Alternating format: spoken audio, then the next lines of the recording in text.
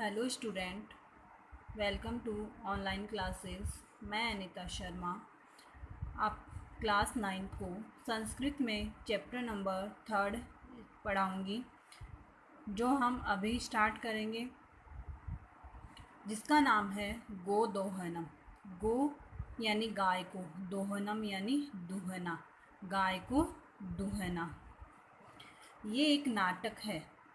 नाटक का मतलब होता है जो रंगमंच पे किया करा जा सके। रंगमंच का मतलब होता है किसी भी स्टेज के ऊपर जिसका मंचन किया जा सके, जिसको प्ले किया जा सके। जैसे नाटक होता है, उसको आप एक स्टेज के ऊपर आप उसको रोल निभाकर और उसको दिखा भी सकते हैं, तो वो होता है नाटक। तो गो दोहनम एक नाटक है। अब इसका पाठ परिचय है। यह नाट्यांश कृष्ण चंद्र त्रिपाठी द्वारा रचित चतुर्व्यूह पुस्तक से संक्षिप्त एवं संपादित कर उद्धृत किया गया है। यह नाट्यांश का मतलब है ये पूरा नाटक नहीं है, बल्कि एक नाटक का, कौन से नाटक का, चतुर्व्यूह नामक एक पुस्तक से एक नाटक लिया गया, उसका अंश है, पूरा भाग नहीं है ये। तो यह नाट्यांश यानी नाटक का अंश कृष्ण चंद्र त्रिपाठी द्वारा रचित चतुर्व्यूह पुस्तक से संक्षिप्त यानी एक छोटा सा भाग संपादित कर उद्धृत किया गया है, यहाँ प्रस्तुत किया गया है। इस नाटक में एक ऐसे व्यक्ति का कथानक है जो धनवान और सुखी होने का इच्छुक है। यानी इस नाटक के माध्यम से ये बताया गया है कि एक व्यक्ति है, कथानक का मतलब कथा के द्वारा, जो धनवान और सुखी होने का इच्छुक है, यानी बनना चाहता है। वह महीने भर तक गाय का दूध दोहना छोड़ देता है।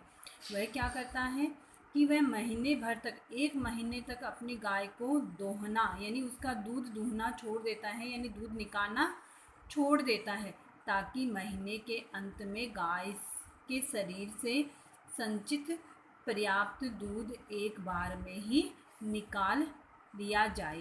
यानी वो क्या करता है, अपनी गाय को दूहना बंद कर देता है 1 महीने के लिए, और वो सोचता है कि मैं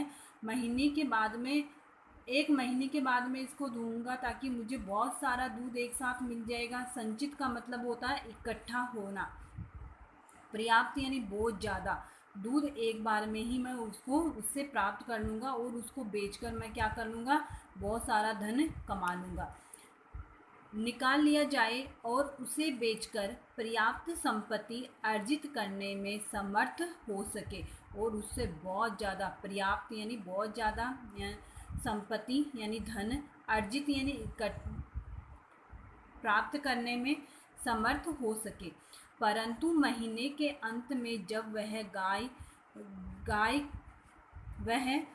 दूध दोहने लगा तो उसे दूध की एक भी बूंद नहीं मिली। लेकिन क्या होता है, वो महीने के अंत में जब गाय का दूध दूहने लगता है तो उसे दूध की एक बूंद भी नहीं मिलती है।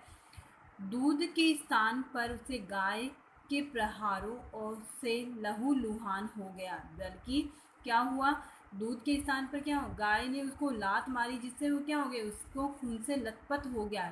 लहूलुहान होना यानी खून से लथपथ हो गया, तथा समझ गया कि दैनिक कार्य यदि महीने भर तक इकट्ठा करके किया जाए तो लाभ के स्थान पर हानि ही होगी। दैनिक कार्य यानी रोज के कार्य, तो गाय का दूध दूहना भी क्या है, एक रोज का कार्य है। यदि एक दिन भी नहीं निकालोगे तो आपको दूसरे दिन प्राप्त नहीं होगा। तो दैनिक कार्य यदि महीने भर तक इकट्ठा करके किया जाए तो लाभ के स्थान पर हानि ही होगी। जैसे आपको खाना खाना है, तो आप क्या करोगे, महीने भर का एक साथ खाओगे या महीने भर बाद में खाओगे तो आप नहीं खा पाओगे, और उसकी जगह पे आपको नुकसान ही होगा, आपको चक्कर आने लग जाएंगे।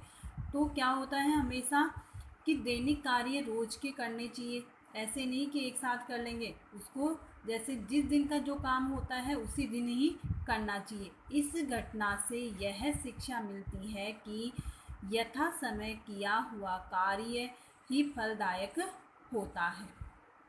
तो हमेशा इस घटना से हमें क्या शिक्षा मिलती है कि हमें समय यथा समय यानी जिस समय जो काम होता है उसी समय करने पर हमें फल प्राप्त होता है। हमें ऐसे नहीं सोचना चाहिए कि कौन सा कार्य कि हमें ये कार्य हम एक साथ ही कर लेंगे, उससे हमें कोई फ़ायदा नहीं होगा, बल्कि क्या होगा, हमें नुकसान ही होगा। इसलिए हमें क्या करना चाहिए, अपना काम समय पर करना चाहिए और रोज़ के जो कार्य होते हैं वो एक साथ करने की नहीं सोचनी चाहिए, उनको हमें उसी दिन कर लेना चाहिए। जैसे आप नहाने के बारे में सोचोगे कि हम महीने भर का एक साथ ही नहा लेंगे, तो क्या ऐसा होगा?